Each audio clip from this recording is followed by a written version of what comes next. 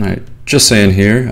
Today I am joined with Eyecelance, the creator of the Demonlock deck that got rank 1 on EU. First we'll start off and talk a little bit about the deck. So the only demons that it runs right now, right, are the 2 Void Callers and the 2 big demons. And the 2 Imp Kings, but those are generally taken out of the hand by 3 if you have them, right? So your main goal is either Mal'Ganis or Jaraxxus. Before the release of Imp King Boss, when Mech Mage was really dominating on the ladder, I made a very similar kind of Demonlock list, like maybe its first iteration with Void Callers, kind of going on the same concept of like summoning Jaraxxus and Mal'Ganis. Like you have those power turns, right, with this kind of deck where you can summon Jaraxxus and taunt it up. And that's huge against aggro. In the early game, you can just get a huge Void Caller swing turn and just swing right back in the game. So Void Caller is absolutely essential in a deck like this, right? But what happens on the mulligans? Like, do you still mulligan for aggro? I understand that we're not running things like Zombie Chow or Haunted Creeper to deal with aggressive early on, but... Decks like Demonlock, for instance, they still run Zombie Chow, but personally I don't like it very much. I think the only matchup in which it's really good and it really shines is Face Hunter. And if you don't need that many Face Hunters on ladder, it's really not that necessary. You can just drop turn 1 Abuse of Sergeant and it does the job just as fine versus a Leopard Gnome or Worgen Infiltrator. Doesn't trade 2 for 1, but just slows them down. Right. And it can pit itself pretty well up against Flame Imp, and I guess the only real one drop you'd be afraid of is Void Walker, but not that huge of a deal. Yeah. I mean, versus Zoo or versus Warlock in general, I don't keep abusive in the opening hand anyway, so... What inspired you to create this deck? Like, where did you see the meta needed Demonlock to come back? Yeah, I made it during the last 2 days of Season 15, basically, when like 50% of the data on EU was basically Patron Warriors, and I figured I needed a deck that doesn't run many small creatures, which is basically how they combo off the patrons, but rather a few big drops that can be taunted up, and after they spend their executes in the early game, or just use it on a few big creatures, you taunt up the rest, you heal up by healbot, and if you drop Mal'Ganis, for instance, and they spend both of the executes already, it's very hard for them to break through with Frothing Berserkers. So I know we already have a lot of tech against patrons, such as Acidic Swampoos, but what about cards like Imp King Boss? If you don't hit them on 3, can you really afford to play them later? Because if they go Warsong Patron, then suddenly there's a bunch of 1/1s. It's basically the biggest liability of the deck versus patrons in the late game. You can play them turn 3 and it will most certainly get Death Bite, but you don't care about that, so you just let them waste the charge on them game boss, and you don't care about if you draw it by turn 7 or turn 8. You just don't play it. You could taunt it up with Argus and make it a 3/5, which wouldn't allow them to combo it off, but it's very easy to get through a 3/5, and then you have all the small imps lying on the board, and it's very easy for them to combo off. Yeah, it's very bad with the Frozen Berserker combo and Whirlwind, since it just produces more targets for them to.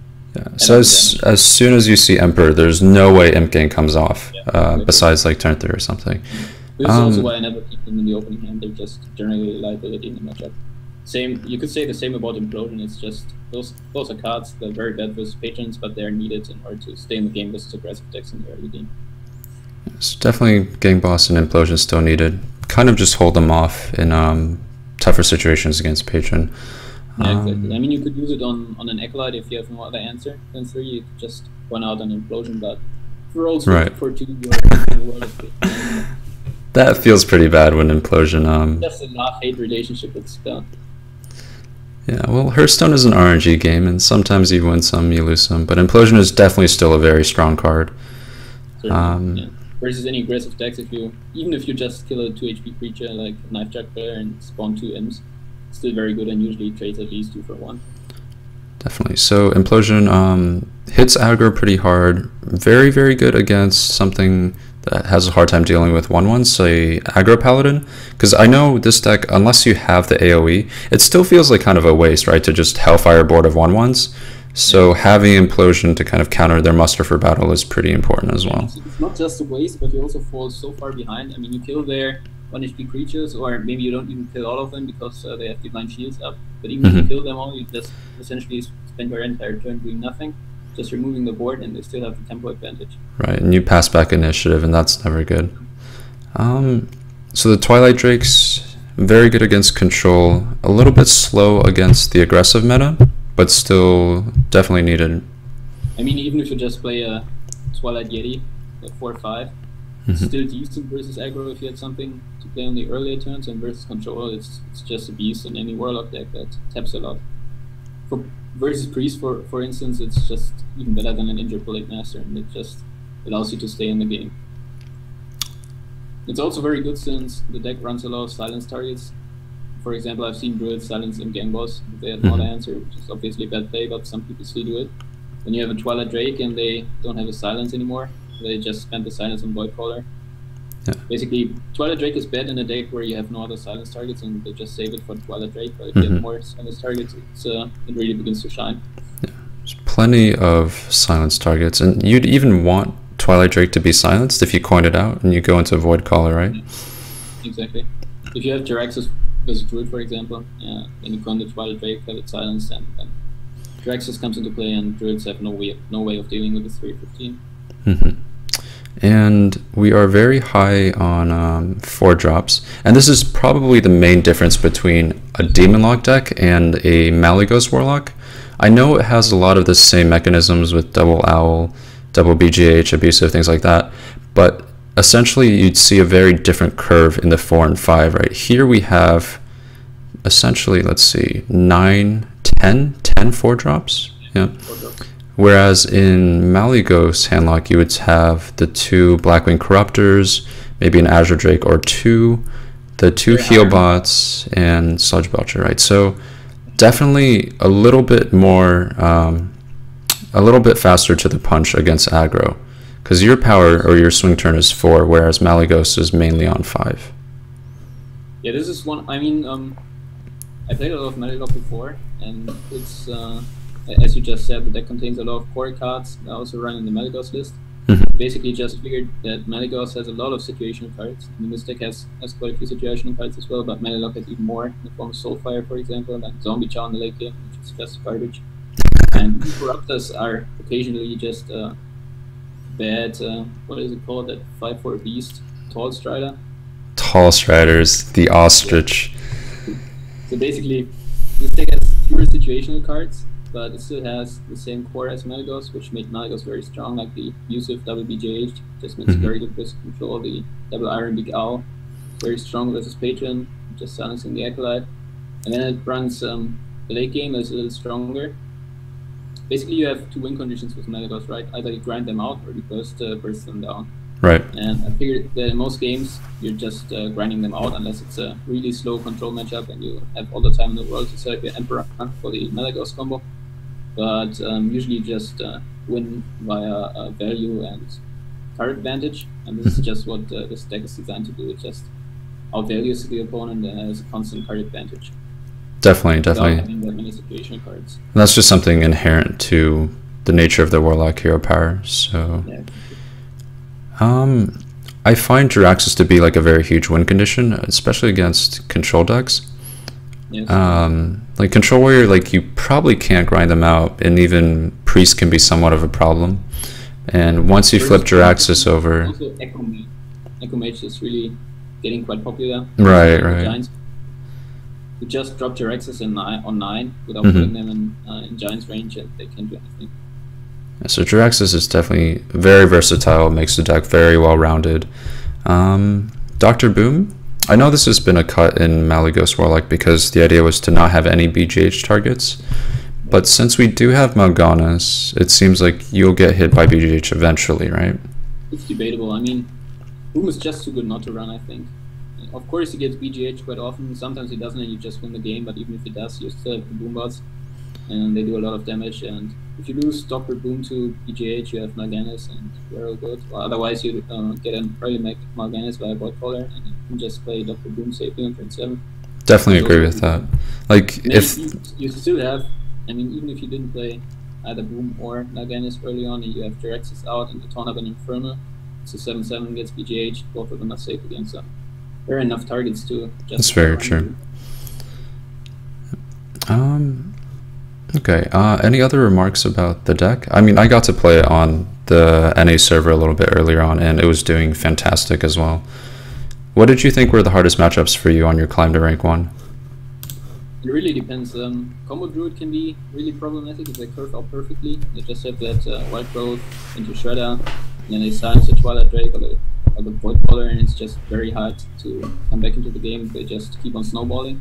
Then you have some aggressive decks that can be problematic if you don't draw into your early removal or an Owl or in-game boss, such as Face Hunter.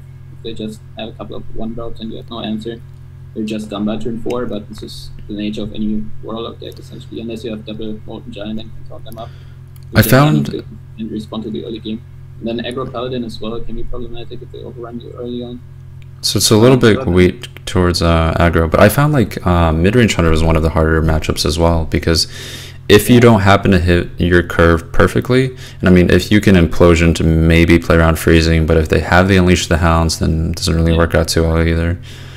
It's just that by turn 6 when they drop the Highman and you don't have a board, and you're just done because you can't respond to it. Even if you have an Owl and a Dark Bomb or something, it's just something that you can't really deal with efficiently. I don't think I've ever gone Owl, Abusive, and BGH on a high main, but that's definitely the dream scenario for this deck. You really have to be ahead in order to do that play, and then you just won anyways. Right. So yeah, definitely can get out tempoed. Can be a little weak against aggro if you don't have the AoE swing turns on 4 and 5, but overall still a very strong deck against Patron Warrior. And it's better versus aggro than Metallock, for example, because Metallock has fewer answers in the early game, and they don't even have double Defender, for example, which can be huge. I mean, just play an in-game boss on turn 3, run it into a Mad Scientist, and play Argus in between the game boss and the Summoned Imp, and you have a 3/3 and a 2/2 taunt. Right. And that just slows an aggro deck down by so much that you really have the chance to come back. Do you like double Argus? What if you went 1 Argus, 1 Sun Fury, since we're so high on the 4s? Yeah, you could do that. I've been experimenting with that, but I really like it because 1+1 in certain matchups just makes it so much easier to get through cards like Sludge Belcher. With the Twilight Drake, for example. I think if you were facing like more mid-range hunter on the ladder, then Sun Fury might be something you'd want to cut for an Argus, because then you have the ability to taunt like a turn earlier and proc the freezing trap a little bit faster. Yeah. But all in all, great job to you, Eyecelance, for this deck list. And we'll go ahead and play some games on the ladder. All right.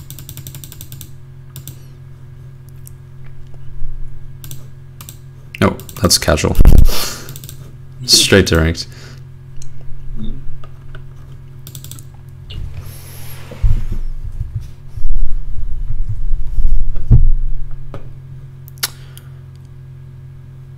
So definitely, I feel like the meta at this point of the season has been a little more aggressive, especially with Aggro Paladin being so popular.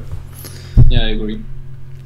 Definitely got faster, and that's not just because the season is so young, it's definitely a meta shift. I think it's because to see that many druids now in EU. The deck doesn't really seem that good in this meta. It's not even really good for the Spectrum Warriors. But for some reason people really started playing druid again. I think people who are playing druid are running a lot of weapon destruction. They're running like 1 ooze minimum, and then Harrison Jones as well. Yeah, exactly. Boom, Imp Gang. Not the best mulligan, but I don't think any of those were keeps, except for maybe Emperor, if we're assuming he's control. Yeah. But I think we'd control, and if you don't have an answer in the early game versus patrons, Emperor doesn't really do anything. That's why the Drake is good. So we hit our 3/4. Second Drake is very nice. Yeah, that looks good. We also have an answer to Acolyte with the Dark Bomb now, which is very important. If it's a Patron Warrior, what you really want to do is starve them off the draw at all costs. This is how they win if they get a Battle Rage for 3+ cards. Even with a deck that is designed to beat Patron Warrior, they have a lot of problems because they will eventually draw into the Emperor, and if they have a full hand with an Emperor, it's just almost unwinnable for any deck. It's really, I mean, it's what people have been saying for a while now. It's just that Patron doesn't really have the hard counter just because Emperor with the deck is so powerful. Yeah. It's completely broken. Emperor is, I think Emperor is the best in Patron Warrior. There's no deck that benefits as much from it as Patron Warrior. Definitely. So this turn is definitely Twilight Drake. We should double trade in to play around Battle Rage and Execute. It's not bad. Imp Gang Boss traded with Armor Smith and a Weapon Charge. Very surprised you didn't have Death Bite. That's usually what happens. You play Imp Gang Boss and return out Death Bite, but they don't have it. It's very good. Shredder. So this is not Patron. Some kind of control variant. Yeah, it doesn't seem like it. So how would we deal with this? Obviously, we want to protect the Drake from Death Bite and the Shredder. You can Dark Bomb it. Playing on curve is also very important with this deck. If you play the Gang Boss now, you don't get a draw, but Emperor isn't really that important in this deck. It's just another good value card, so playing the Gang Boss here is totally fine. Just apply some pressure. In this situation, do we want to go face? I mean, there's no Houndmaster from the Warriors, so... Playing face is fun. I'm thinking face because we can reduce his ability to Shield Slam, which could come in handy later on. Especially when we're playing Emperor next turn. If we take the value trade and some reason he executes this and coins Sludge Belcher, he'll have 5 armor and then we won't be able to play Emperor safely. Oh, he wants to go face too. Is it better to Defender? Yeah, I think this is such a juicy trade, you can't really give up on that. Okay, so let's tap really first. To play Emperor on 6. You can play whenever you want, and you have full hand. And this is almost a board that he has to brawl already.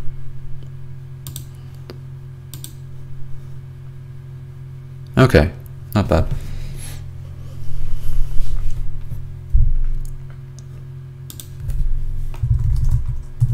I should really set myself to busy on BattleNet.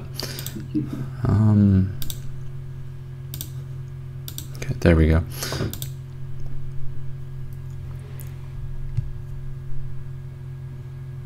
It's Coin Dr. Boom.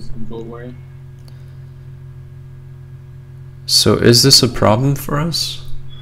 We don't have the 1 BGH or one of the 2 BGHs yet. But you have enough little creatures to trade into it if you wanted to. The question is whether we want to trade or not. I don't think so. Yeah. Do you want to play Boom, kill off the Boom bots and go face with Imp Gang? Yeah, I do the same. So let's do this in case he rolls. We don't want to play Boom first. We want the Boom bots to survive. Yeah, I wouldn't play Boom first, only for the off chance that one of the bombs hits it and you can just execute it. Ooh. Okay, good thing we went face first. Story of my life.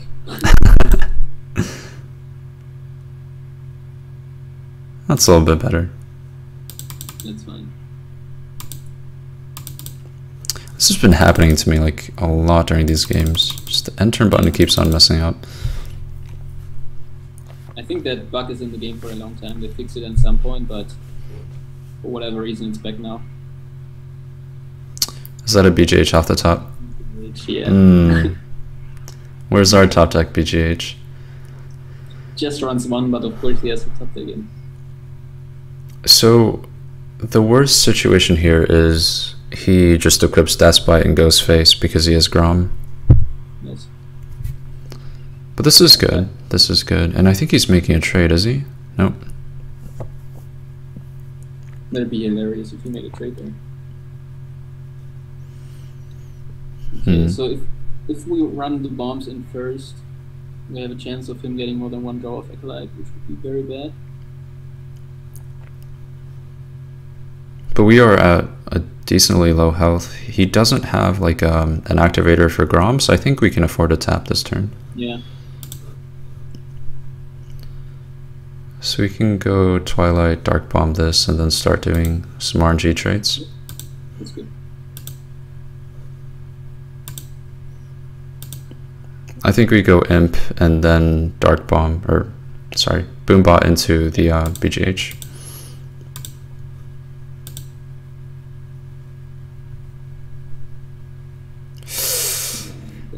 We don't need to kill, yeah. Technically we could still be dead by double Crow Taskmaster Despite, but if he had the Despite, he would have played it last turn over Acolyte for sure.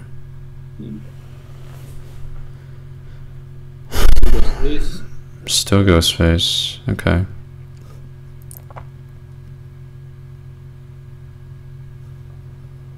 This isn't bad. I think we have to play Implosion here. On Boom, probably. And then you play Argus and Twilight Drake and you can just trade into the Shield Maiden.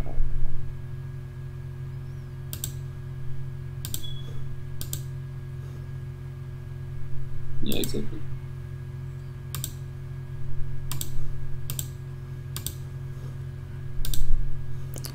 It's not bad. The Shield Maiden play makes me think he might be trying to set up Shield Slime Grom Lethal next turn. So we might have to work on reducing armor. Yeah.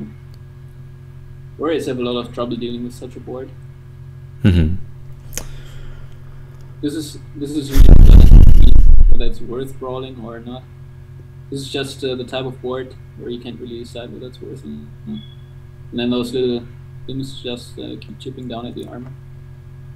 That is the first removal, right? First execute we've seen. What can his hand be at right now? 1 Armor Smith. Okay. Here, I would just drop Mal'Ganis. Yeah, sounds good. BGH is gone. And we can reduce armor by enough to prevent Shield Slime, I think. I killed Armor Smith to take the value trade while we still have him out, but maybe that's wrong. Yeah, I'm not 6. sure. It's debatable, I think. If you don't kill it, has it. Shield Slam is more likely since he didn't use one, but yeah, well, that's fine. So we're down both Arguses. We have a Belcher and 2 heal bots. Wow. Mal'Ganis lives. It is real life. That's pretty good. That was an error, huh? Really useless brawl. Okay, so GH. We could play Jiraxis here, but he's very low on cards, and if he gets Harrison Jones, he's right back in the game. So Right. it's very rude. So let's tap first to begin with, right? Yeah. We can silence this and play the Emperor. Yeah. I think we have to go face with this. Absolutely. Really needs a second brawl or an execute here. How do we die? Whirlwind, execute, Gromosh, but seems unlikely, right? Yeah. So he kills that. Sylvanas, sure. It's a good bait for Sylv. 14 plus 3. Let's see. Yeah. It's done. Draxus? Whatever, Jiraxis is fine. Oh god, if only he came out with like a 5 attack weapon and 17 health. Yeah, that'd be so sick. 8 durability Arcanite Reaper.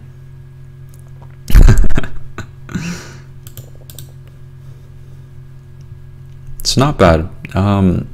Do you generally find this is the case versus Control Warrior, where you can grind them out? Yeah, Control Warrior is one of those matchups that is almost impossible to lose unless you play into Brawl. I think But you don't drop BGH and he just drops one threat after the other. You have no way of dealing with it, but other than that, it's just really easy to prevent them from drawing cards. And just the winning line for the Warrior is like if they have Shield Maiden and they have removals and you just don't have the ability to deal with their 5/5 minions that don't get BGH'd, and then they can put on enough pressure, maybe like a Belcher turn as well, to kind of... What the Warrior basically needs to do is end the game fast as he can. Yeah, and that has to be a very specific draw for them.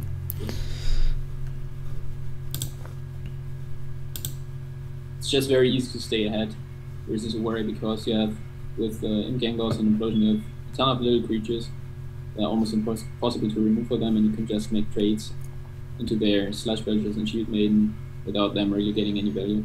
Then you just keep chipping away at the lab total. So I keep Twilight Drake and Owl here. Owl, because we can always Owl's Acolyte on curve, and then Belcher on 5, not worth it? No, I don't think so. Okay. Belcher is fine, but... I mean, we're going into this assuming he's Patron Warrior, right? Yeah. I always mulligan for Patron, because risk control you have the advantage anyway. That's very fair.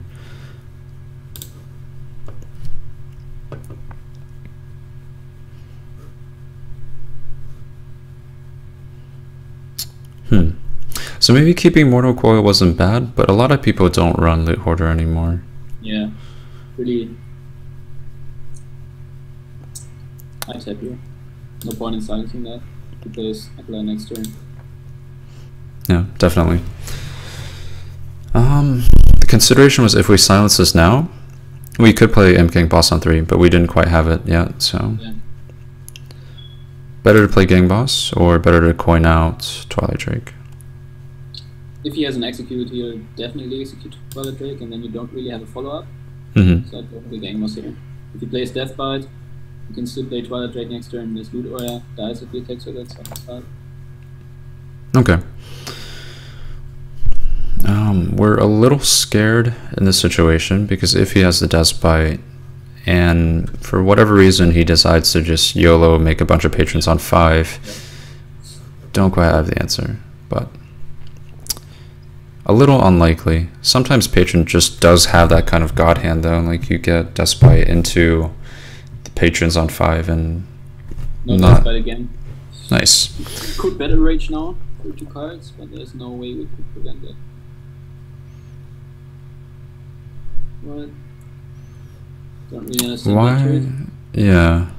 I mean, because the 1/1's there, he should just trade the Armor Smith, right?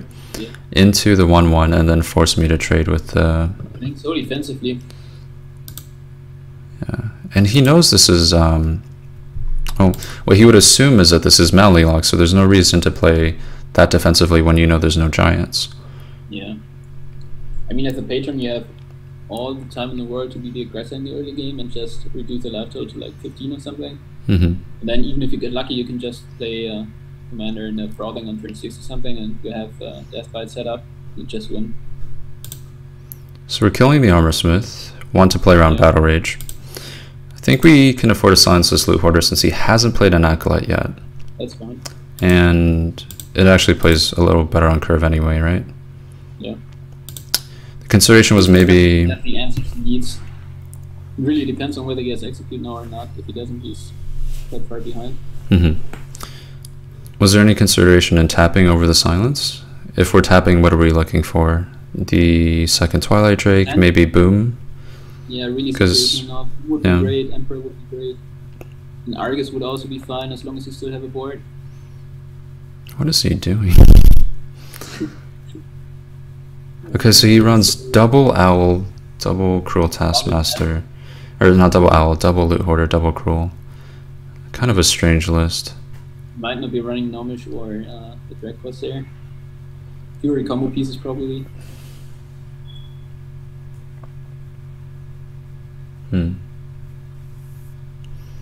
Probably has a Death Bite. Yeah, okay. Okay, Never mind. So this deck is insanely good against Patron Warrior, as we're discovering. You know, I'm not in a situation that I'm really able to start them off a draw in the early game, and then they just sit there by turn 7 or 8 with 2 or 3 cards in the hand, and they just concede at 40 life because they have nothing else to do. Yeah, I'd say this deck has a better chance of grinding out Patron Warrior than Malygos Rogue does, or not Rogue, Malygos Warlock does, just because you have Draxus and Mal'Ganis as other pseudo heals, whereas the Malygos version only has the 2 heal bots, I believe. Yeah. And the 1 defender and Slash Waiter, but it doesn't really count for that much. Yeah. So why have we teched in the 1 Belcher? I noticed we've mulliganed it in almost every matchup as well. Combo druid, mainly. If you play on, if they plan on playing the combo on turn 9 and you're at 14 HP or less, you just... So here I would keep probably all 3 of these. Don't really have any other cards in the hand. Oh, you're breaking up a little bit. Yeah, Mic test, mic test. Okay. So do Owl, Imp Gang, Twilight Drake. Yeah. Don't really care what we're getting here. Belcher's not bad. Belcher's not bad. Nice curve. Owl So is here, generally good versus Warlock. If it's Zoom, you can silence the Ruby Egg or Haunted Creeper. so we just coin out Owl, Tempo Owl here. Yeah, that's great. Establish dominance turn 1. So how do we do it against Handlock, if this guy happens to be Handlock? It's okay. It's not super favored or anything, but you have a good chance at grinding them out with double Owl and double BGH. The main thing is just not putting them into Molten range before you have the tools to really get rid of Moltens. Shadow Flame is very important if it's a Handlock when he plays Molten Giants. Is there any chance we go Coin Caller here? Or Coin Twilight Drake? Coin Caller is fine, I think. If we coin the Twilight Drake, it's going to be 4-8, and if he plays a Giant, we can't really... We're just going to lose the Twilight Drake for free, so I think the Caller is better. Okay. I didn't really like playing Imp Gang on 3, because if he is Handlock, right? If we Imp Gang into a Giant, it's just... We're too far behind him. Yeah, he's just laughing at the game loss. This is not bad. We can silence it if we want. Question is, do we want to silence it? We could tap and silence, then we lose the White Collar and get an in-game boss. Could also just play the Twilight Drake, because can't really trade into it. I like the Drake in case he belches next turn, because he's not going to want to trade into this anyway. And then we can get a good strong taunt turn. You might trade. Oh yeah. But then he gets Imp Gang bossed.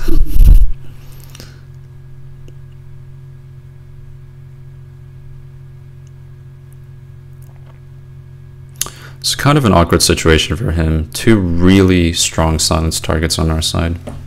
Yeah. And there's a chance he's playing Malygos or something. I haven't seen a lot of Handlock on the ladder, although it's probably the best counter to the Patron Warrior right now. It really depends. I mean, people always said that Handlock was the best counter, but if you don't draw into the tools to really deal with it, and you just have, say, they really have, say you don't have an early Giant or an early Twilight Drake, you usually need at least 1 Twilight Drake and 1 Giant to really threaten them in the early game, and if you don't get those, and he gets to keep his executes until he's able to combo, then you can even lose as a Handlock. Right. But yeah, generally speaking, it's quite a good counter. But the problem with Handlock is that it can die to aggressive decks if they don't draw into Molten Giants and people just YOLO phase.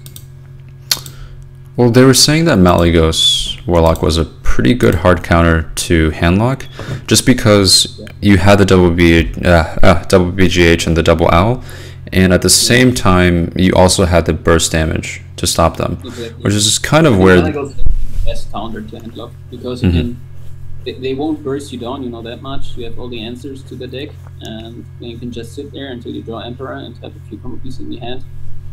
You drop Emperor and then you can just burst them down with 17 damage with Dark Bomb and Soulfire. Right, and at that point the Warlock's already kind of tapped himself into the range as well, so you really don't have to pressure that much as well. Exactly, they have no other option other than tapping there, or they can't play. Implosion. Okay, so this is probably... What is this for 2 mana? Dark Bomb? Okay, that's a lot of resources to use on a Belcher. I think we're definitely okay with that. Yeah, the fact that he used Dark Bomb here makes me think he's not Malygos. Do you want to do MC tech?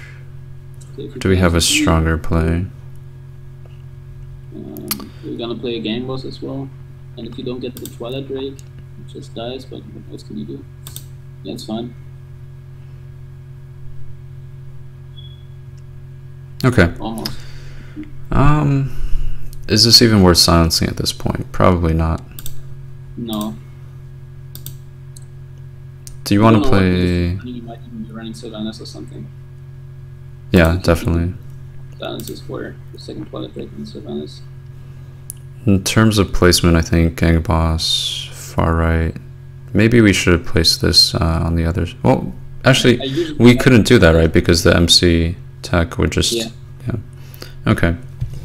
Usually I'm placing a gang boss directly next to a minion with high health, and then on the right, if you place it on the left and the gang boss summons an imp, you can Argus the gang boss itself. But if you place it on the right to a high HP creature, you can Argus both of those. Definitely. So this looks like it's Malygos. He's probably targeting us with Blackring Corruptor. Yeah, okay. Yeah. This is not that easy of a matchup because you're also tapping a lot. But yeah, it's certainly winnable. So he should still life tap here. Okay. Yeah. So this is a very good Argus turn. Just very efficient trades. In this situation, do you want to play Gang Boss and get the collar, or do you want to life tap? I think I'd tap here. The only threat we have left in the hand is the other collar, and since it wouldn't summon anything unless we draw into something, we don't really have anything to pressure him following turns. So let's tap afterwards, because if we were to tap into Mal'Ganis, we wouldn't want to summon Mal'Ganis, right? So let's make the trade. Good versus Demonlock in the sense that you use Implosion first, and if it doesn't remove the couple of imps, you have a lot of burst potential. So just flying Mal'Ganis from hand is very good in control matchups as well. So there's a second Drake, and at this point we should definitely... Oh, Implosion again. Nice. Always nice to see the 2-roll. So we're gonna go Owl, possibly Void Caller if we find another demon. What else can we draw into? We can draw into Argus or another Twilight Drake. So would be good as well. Good silence. So tap for sure. There's no way we would want to go Owl, Healbot, so let's go with that line. Shadow Flame, not really the best to use here. Would you Shadow Flame an Owl to push 4 damage? I don't think so. So how do you feel about playing Caller? Yeah, I oftentimes just play Caller with 3-4, that's totally fine. Okay. Especially since Mal'Ganis is a card you might not want to play in this matchup. Do we go face? Because even if we trade, we're vulnerable to the Hellfire. Yeah, going face is fine. If we can't clear both imps to protect the Owl, we might as well go face instead. Doesn't run Moltens, no need to play around that. I've seen some weird Malygos lists that do run Molten Giants, and it's just like one of those things where it's such a surprise factor because everyone's, oh, you're Malygos, let's just go face, and then suddenly you get hit by double Molten Giant taunt or something. The thing is, you could also play Molten Giants in this list, but then you'd also have to run more taunt givers. Double Argus is okay, but you might also have to run Sun Fury, and Malygos is just running 1 Argus. Right. It's definitely enough for Molten Giants. So what is this? Dank Bomb. Okay. Only a Soulfire left as burst. It's also very important to notice. You might run 2 copies of Soulfire, so playing Viraxis is still kind of dangerous. Definitely. So, how do we want to approach this? Pretty bad hand. Definitely tap. This makes it a little bit better. So the question is, do we want to play the Drake or not? I don't think so. I don't think we can afford to with this as being our last color. Maybe we can trade into an imp and just play the Twilight. That's good, yeah. We can save BGH for a Shadow Flame target in case we need to. Yeah, we could also save it for an abusive draw and use it on Emperor or Corruptor or something. Okay, yeah. It's not bad. It's just one of those hands where you don't really know what to play because it's all situational cards. Yeah. It sometimes happens with this deck, but it's even worse with Demonlock. You can have 8 to 10 cards in the hand and nothing to play.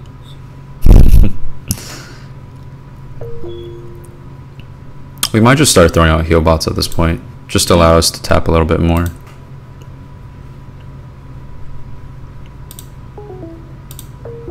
The good thing is that he hasn't drawn into Emperor yet.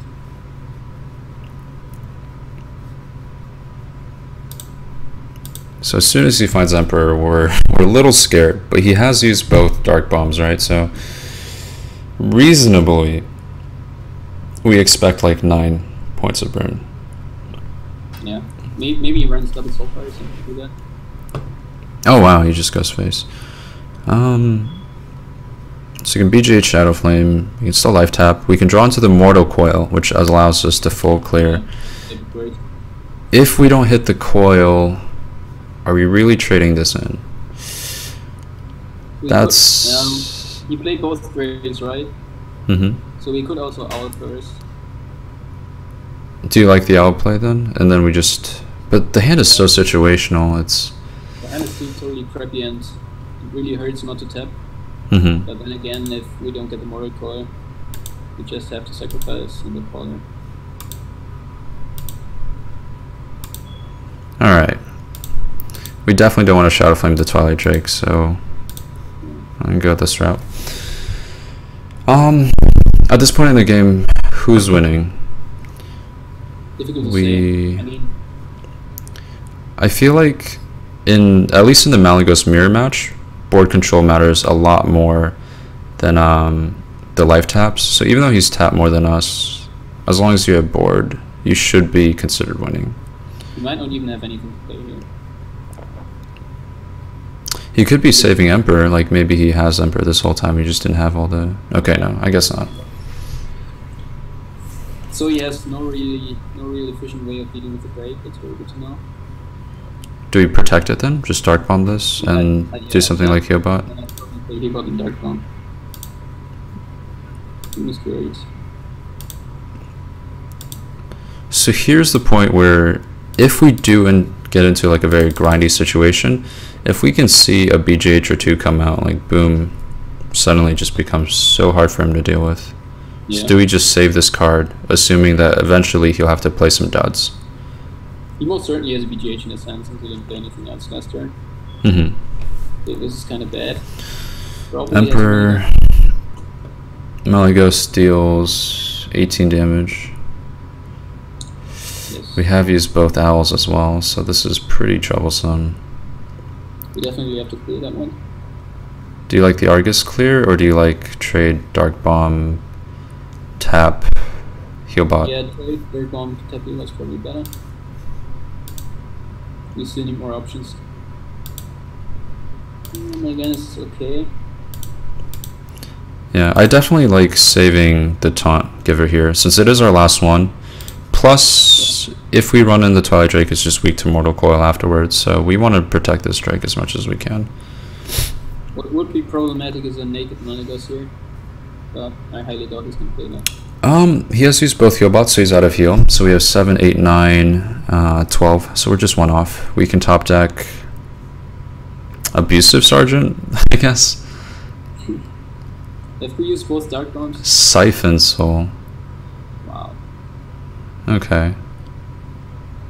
Do they usually run Siphon Soul? I'm not... No, they don't.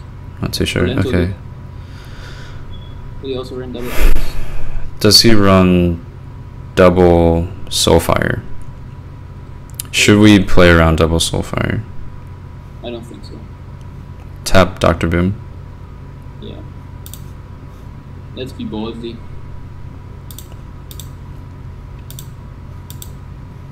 That was his last heal. And if he doesn't have double Soulfire, we win. We do have Abusive Sergeant left somewhere in the deck, so that was another reason to tap to find Abusive for BGH, but not quite that lucky. Double Soulfire is also risky. You might discard it the second one if he plays it. Oh no. He runs double. Does he really run double? Oh my god. That's so disgusting. He actually ran NCT. Okay, not tapping would have saved us, but... Yeah. I mean, it's the only thing we have to think about, but it's a very strange list. You generally don't see double Soulfire anymore.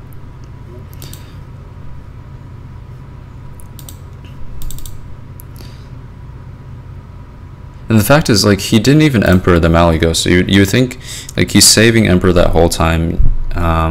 And we've seen double Dark Bomb really, what is there left to be afraid of? But I mean, we called it, and it was too unlikely for us to play around, I think. So definitely. Exactly.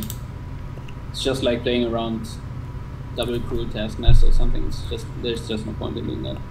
Yeah, that or something like double combo from Druid with like an Innervate or something. So unless you really have the luxury to play around it, it's really not a winning play to do so. Yeah, I mean, we were ahead, but our hand was still so dead. It just felt better to tap. Keeping Coil against other Warlocks, not so good. Keeping Collar. Is this something that you would do even without demons, or? But you have nothing else really. And if it's Zoo and you don't draw into demons, just a 3/4, which is very bad. Swim again, everything. Yeah. Okay.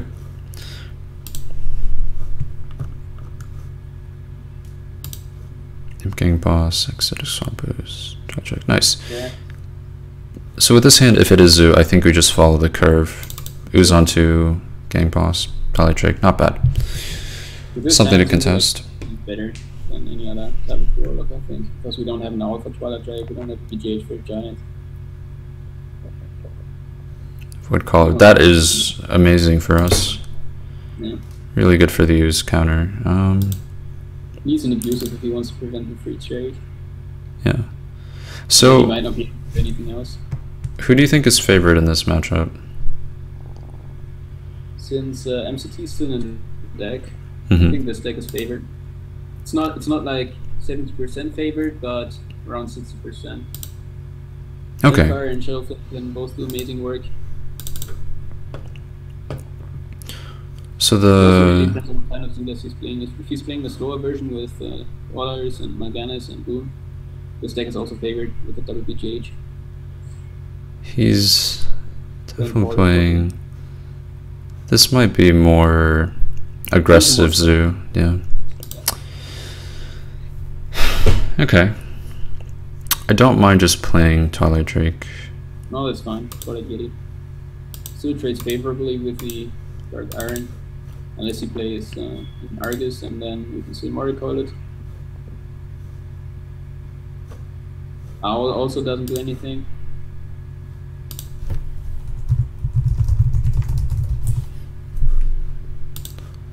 It's not bad. He even takes the value trade there, that's good for us. We can silence this trade here. We can make use of Mortal Coils a little bit later on, but we are floating a little bit of mana. This coil definitely isn't being used.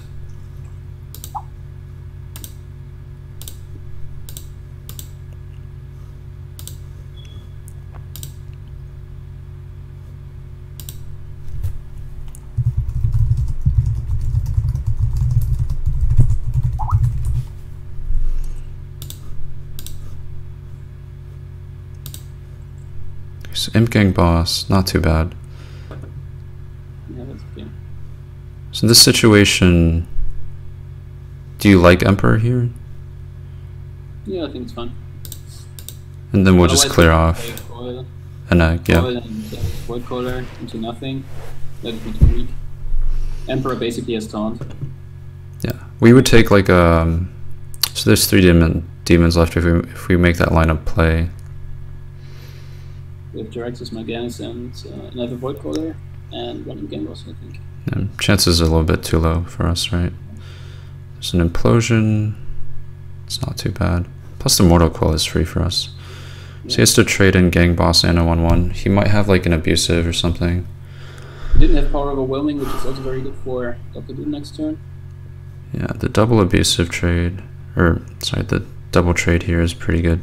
Yeah, it was very painful for him. Rolling the 2. Start off with a coil? Yeah. Okay. Is there anything we could hit where we wouldn't? Oh, okay. No. Do we want to use a second coil? Prevents trades on both boombots, which means Yeah. we're less likely to pop the egg, which is pretty good. But then again, if we pop the egg, we have Dark Bomb coil. Exactly. That's true. So maybe we just hold off on it then.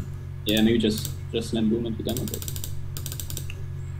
Yeah, just something to play around the pop egg next turn. Because calling one of these 1/1s right now is like, we're not anywhere near The only danger way of being for it to lethal, lose so. is really powerful one. But even So then you 5, need 6. or another direwolf or defender. Right. I'm assuming he might just trade with the boombots and play his own Dr. Boom here. Yeah. Why would you want to play that second? Don't you want the egg to be popped? Or is that... No, you want to. It was a misplay. But again, we don't have the BGH, and he might get lucky. The egg. 4, 3. Not bad. Now I think we definitely call the chance of getting one of the BGH. We might play game loss first, I'm not sure. Traxxas. No, that's I didn't mind it hitting the boom or the face, honestly, because we're at a decent life total. Let's see. I think I would trade and play the in-game loss and the void collar. And then you get your axis and you can taunt him up, and that's basically the game.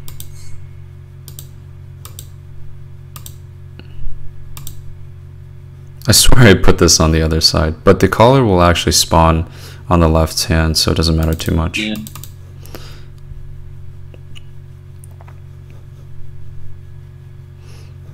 So it wasn't worthwhile to tap, because the Imp Gang boss we can always fit in for 3 mana next turn. Yeah, I don't think... versus Zoo, and I don't think... I mean, if you get your axis taunted, it doesn't matter whether you have one more card or not. Mm-hmm. It's just game, and in-game loss trades very favorably, usually, versus any creature he plays, unless he has Power Overwhelming now, but since he didn't have it during the last turn, he won't have it now, I think.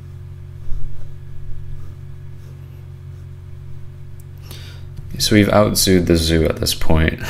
Just because, like, our endgame cards just matter so much more. Yeah.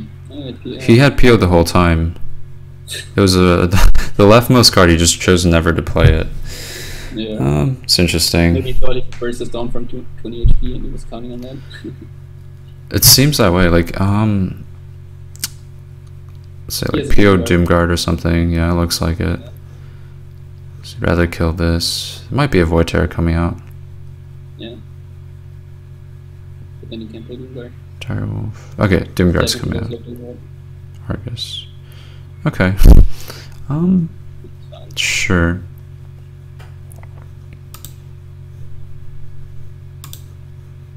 And trade.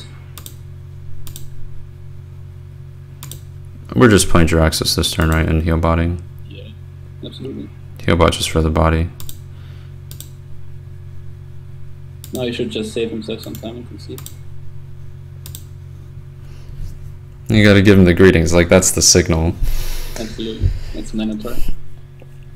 So that is how explosive the deck can get. The Taunt Jiraxxus just absolutely destroys aggro decks, and I mean even the Doomguard in response is just nothing, right? That's laughable. Yeah. Okay. That's convenient. I'm just gonna play it. I don't think we care. Yeah. We'll just set up lethal 6, 4, 6, 7. Yeah. Well, I guess it's not quite 3 damage off. Yeah, but we need 1 more damage, but we only have Argus left, so it probably won't happen.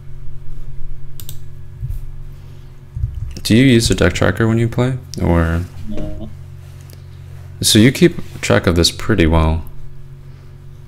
Yeah, I mean over time. If you don't Was that the was that the second 2?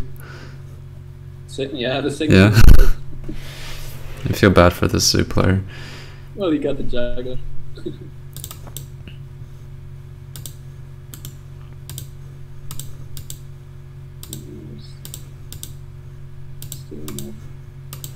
We might as well put him down to 1 so he can't tap. Yeah. Oh, you know what? There is a chance he has Mal'Ganis this turn. Yeah, then we just trade into him. Okay, so that about wraps it up. You're definitely correct about the Zoo matchup. Very, very hard for aggro decks to deal with Jiraxis once he's taunted. Yeah. Overall, what you need against it is something like Sighting Soul, X, Polymorph, Equality. so what was our record? We went 3-1. We lost to the Malygos Warlock, but that was kind of a calculated risk. One I think we were still right in taking. But the Zoo matchup was really good. We destroyed Patron Warrior, and he just kind of ran out of steam, even though he did have a decent opening, right? Like double Loot Hoarder in the opening isn't considered bad for Patron Warrior at all. Trades and then you just concede turn 5. And we also demonstrated like how much this deck can actually grind out other control decks, because we absolutely destroyed Control Warrior, even though our opponent did have the Brawl as well, right? So definitely has a lot of ability to grind out, and that's basically the inherent nature of the Warlock hero power, the ability to life tap and gain card advantage while still making power plays with Void Caller. So best hero power in the game. Definitely a very well-built deck. Thank you for joining me today, Eyecelance. For having me. And any closing remarks for anyone who wants to ladder with the deck? Not really. I mean, what I changed about the deck right now, or what I'm experimenting with, is replacing MTT by Elden Ring Farseer, just for consistent value. And I guess that also helps against Warriors, because once they damage the Twilight Drake, you can heal it back up to play around things like Execute as well. Then they have to slam it or exit or something. And the other thing I'm testing is lower flap, just because I've seen a lot of Freeze Mage and a lot of people do it. So what do you cut for Lothab then, since we have a lot of 5s actually, or a lot of 4s and 5s? I took out the Earthen Ring for it. This is basically the flex of the slot, I think. We want to keep the Sludge Pitcher for matchups like Face Hunter, but the Earthen Ring doesn't really do that much versus Hunter. 3 HP is not bad, but the 3/3 body can just die to the Eelhorn Bow or a quick shot or something. Lothab is just really good versus combos. You see a lot of those, especially versus Druid. Druid is hard matchup for this deck, but you can just play Lothab and they have a lot of spells in their hand that just block for a whole turn, and you can develop enough tempo to snowball from there. And versus Freeze Mage, you can just protect your board versus Flame Strike, for example, turn 7, or after you played Alexstrada. So I know you did a write-up on Hearthpwn. Have you gone through these new tech choices there yet? Or are you just going to expand on that guide as you go? It's still something I'm experimenting with. Okay. Well, we covered as many matchups we could in this hour, but if you want to learn a little bit more about the deck and see more of Eyecelance's tech choices, I definitely encourage you guys to check out his Hearthpwn post and his guide on that website. So thank you for joining me today, and I hope you guys enjoyed this demonstration of Control Demonlock.